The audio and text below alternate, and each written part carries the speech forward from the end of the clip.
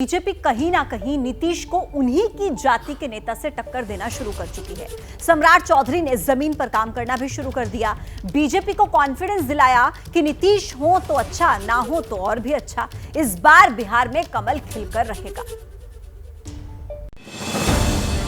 हालांकि पहले लोकसभा चुनाव की तैयारी करनी थी, इसलिए बीजेपी सेफ ऑप्शन के साथ गई, मगर सम्राट का सियासी कद भी बड़ा कर दिया। डिप्टी सीएम सम्राट चौधरी बिहार बीजेपी के प्रदेश अध्यक्ष हैं। बिहार विधान परिषद में प्रतिपक्ष के नेता रहे दिग्गज नेता शकुनी चौधरी के बेटे हैं, जो समता पार्टी के संस्थापकों में से एक हैं। शकुनी चौधरी का नाम कुशवाहा समाज के बड़े नेताओं में शुमार है और वो खुद भी विधायक और सांसद रहे। सम्राट चौधरी का प्रवेश सक्रिय राजनीति में 1990 में हुआ। 1999 में राबड़ी देवी सरकार में वो कृषि मंत्री बने। 2000 और 2010 में वो परबत्ता विधानसभा सीट से विधायक चुने गए। साल 2014 में वो नगर विकास विभाग के मंत्री रहे।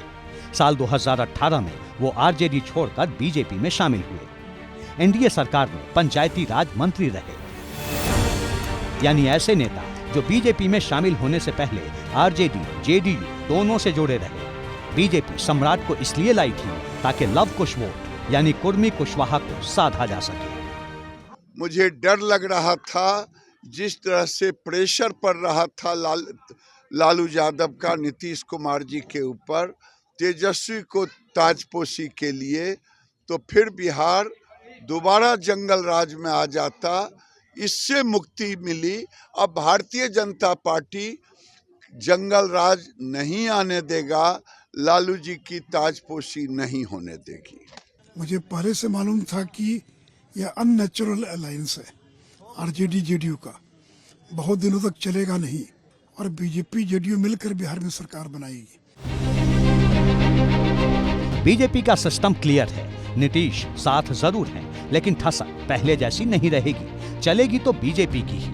मतलब मैसेज ये जाए कि एक मजबूर नेता के तौर पर नीतीश को अब बीजेपी के रहमो करम पर आगे की सियासत करनी होगी।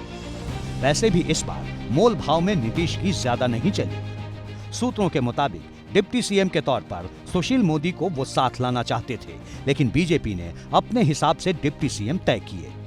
नीतीश चाहते थे कि सीट शेयरिंग में उनका रोल ज्यादा हो, लेकिन बीजेपी ने फिलहाल इसे लेकर कोई आश्वासन नहीं दिया।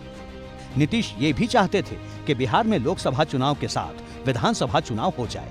इस पर भी बीजेपी आला कमान से कोई बड़ा संकेत नहीं मिला।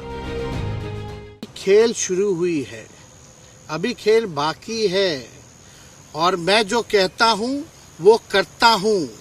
और आप लिख के ले लीजिए, जनता दल यूनाइटेड जो पार्टी है 2024 में ही खत्म हो जाएगी, ये निश्चित रूप से लिख लीजिए। और अभी तो खेल शुरू हुआ है, खेल बाकी है। अभी इन लोग जो भी करें, लेकिन मेरा स्पष्ट रूप से मानना है कि जनता हमारे साथ है और हमारा साथ देगी। और हम तो भाजपा के लोगों को भी धन्यवाद देते हैं, शुभकामनाएं देते हैं। चलो, जनता दल यूनाइटेड को अपने साथ लिया। बतौर मुख्यमंत्री बिहार नीतीश की 9 शपथ देख चुका है और लालू राज के बाद नीतीश ही कुर्सी पर काबिज रहे। तब से आरजेडी हो या फिर बीजेपी, दोनों की इच्छा थी कि किसी तरह नीतीश के बाद अपनी पार्टी के नेता को सीएम बनाया जाए। तेजस्वी 2 बार डिप्टी सीएम बन गए। फॉर्मूला बीजेपी ने भी फ्लोट किया, लेकिन सुशील मोदी नीतीश की छत्रछाया में ही रहे। प्रदेश में बीजेपी का पहला सीएम अभी तक नहीं हुआ। अगले विधानसभा चुनाव में क्या बीजेपी के सम्राट के तौर पर ऐसा हो सकता है? बिहार है, कुछ भी हो सकता है। जैसे ही घड़ी का काटा दोपहर 2:30 पे आए, बबीता जी का दिल सास बहू साजिश के लिए मचल जाए। और ये है इनकी बहू, पूरे दिन ऑफिस की टेंशन हो जाए गॉन जब ये करें अपना फेवरेट शो फ्री टाइम पे ऑन। इनकी तरह आप भी देखें अपना फेवरेट शो अपने टाइम पर और डाउनलोड कीजिए एबीपी लाइव ऐप अपने स्मार्ट टीवी पर।